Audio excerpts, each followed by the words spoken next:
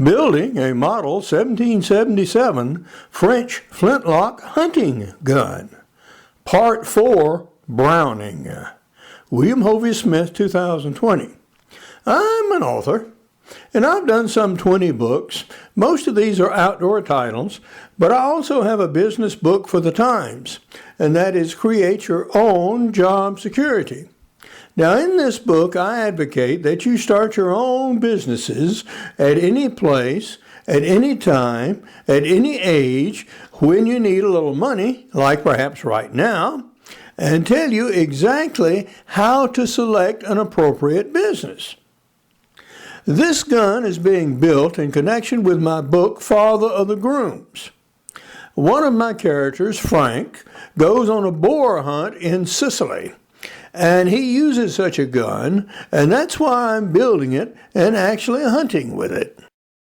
This is Hovey Smith, the Backyard Sportsman, and we're continuing our modifications of the 1777 French 69 caliber smoothbore musket that I'm turning into a hunting gun.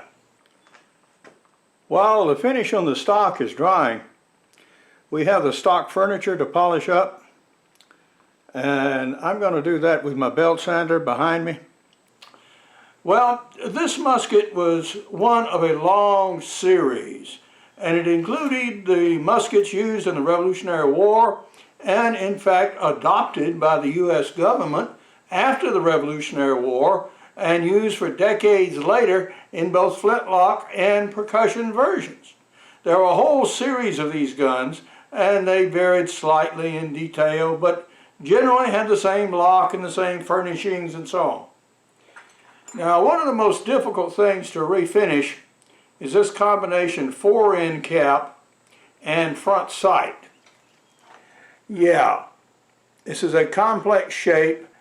What I'm going to do with it is take it down to a brushed, bright finish and then brown it for my hunting gun.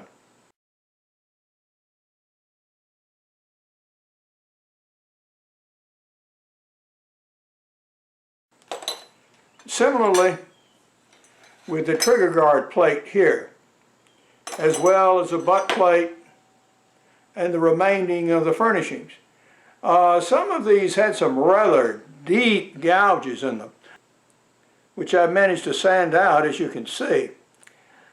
So these are going to go under the Scotch-Brite wheel right now and get a little higher polish, then cleaned in alcohol, heated a little bit, and then we'll start the first applications of browning solutions so we can dull this bright finish, which is fine for a military gun and period correct and all of that, but I don't want all this shiny stuff on a hunting gun.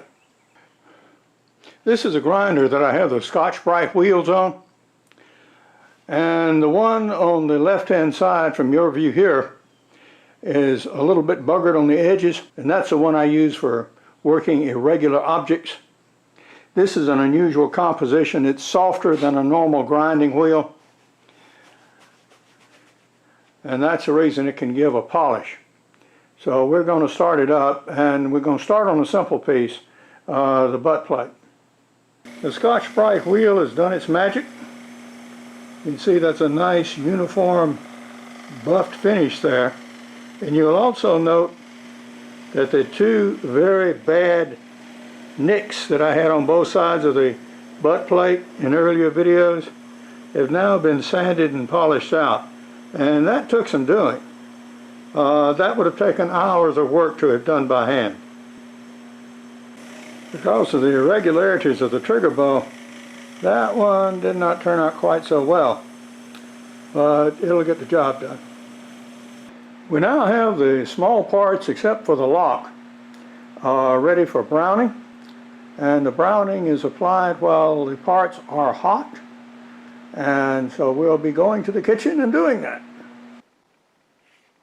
We are now at a part of our gun building process where we're cooking our gun parts on the stove for a little bit. I'm about to apply a browning solution, and for this the parts need to be heated up to something approaching about 200 degrees. Ideally, the part should sizzle as the application is applied.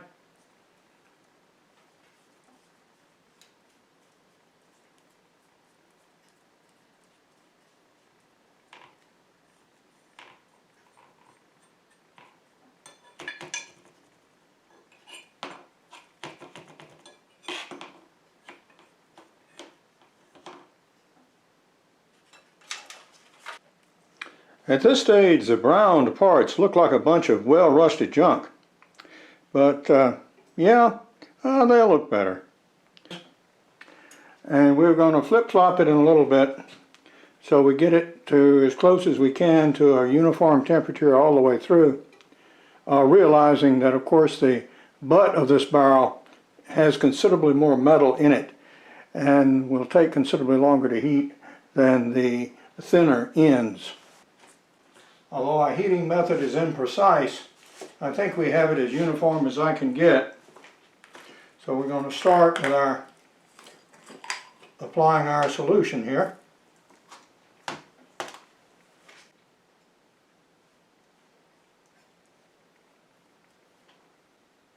After the first application of the Birchwood Casey browning solution, some of the smaller parts came out okay. Like this here. That's a reasonable finish.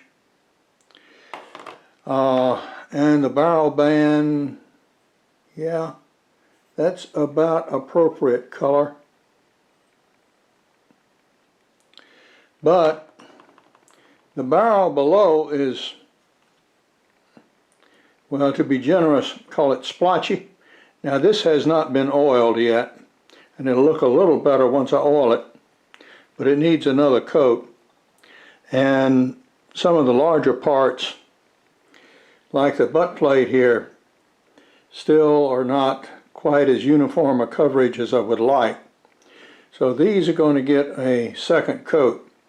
Now I put oil on them now, as is recommended, but we're going to strip the oil off with alcohol and then reheat and reapply. There are undoubtedly those among you who will say that I've just ruined a good gun. Well, no, I haven't. This is the gun I want for hunting. I'm not interested in showing guns or putting pretty guns on the wall. I'm interested in killing game with it.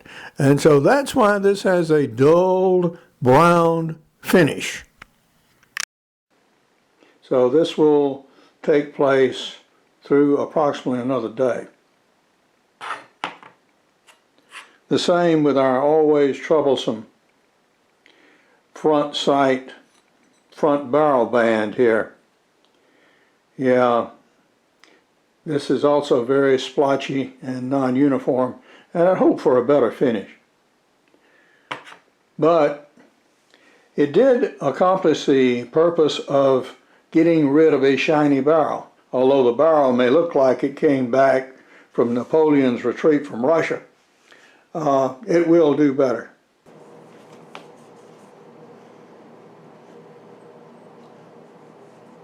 We're now rotating the barrel and applying the browning finish to get a more uniform coating. As you can see, it's steaming, and I have reheated it again.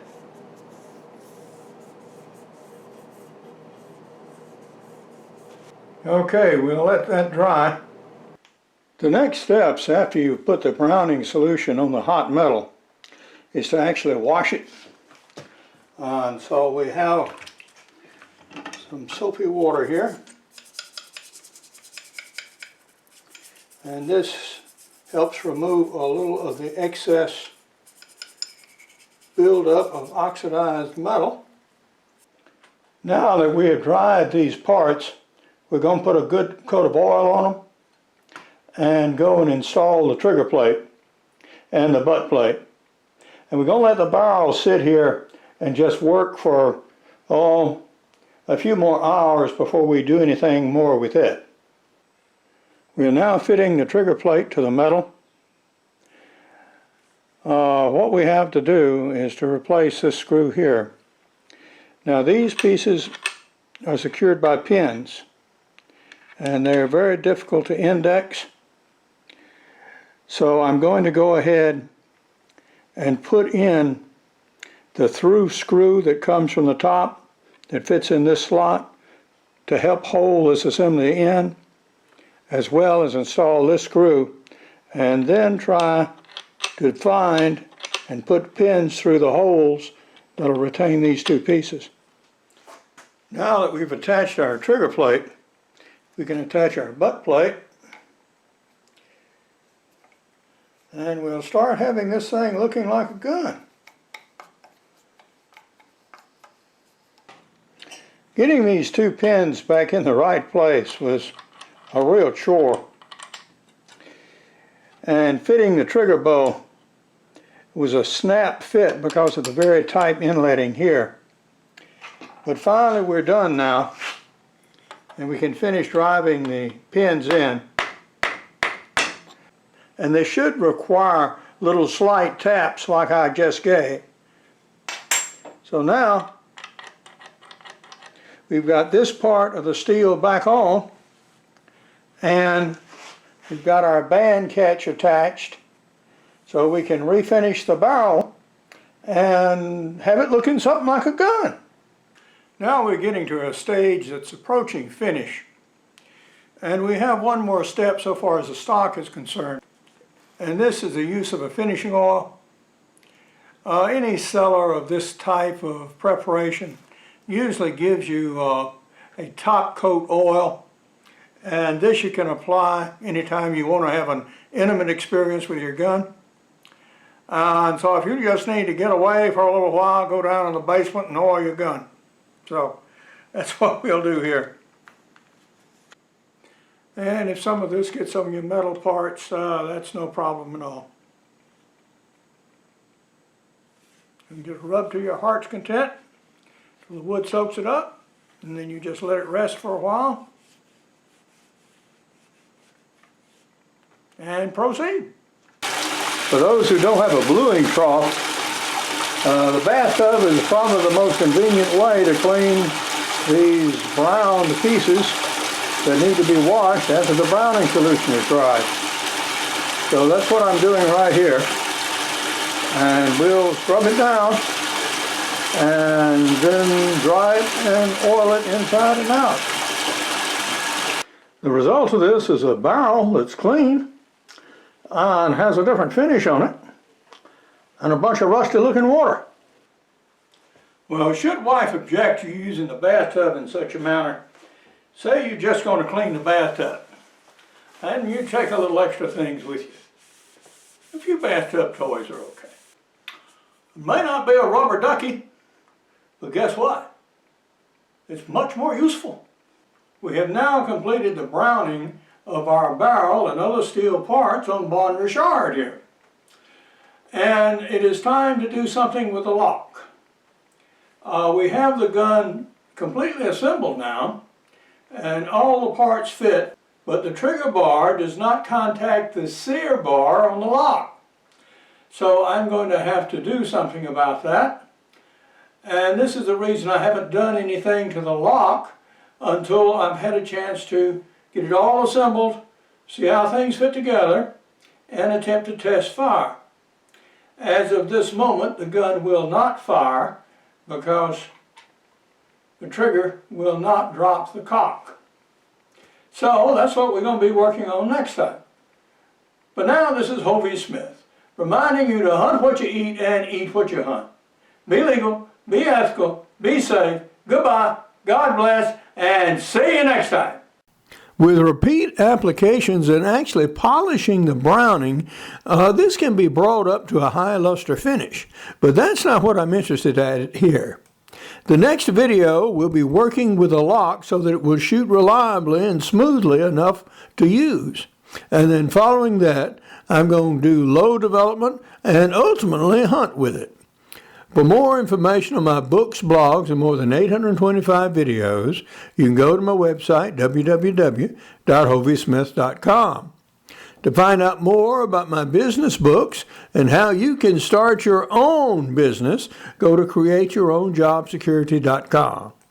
To discover how my novel, screenplay, and movie is coming along, you can go to followthegrooms.net. Good hunting and good eating from the outdoors. Goodbye. And God bless.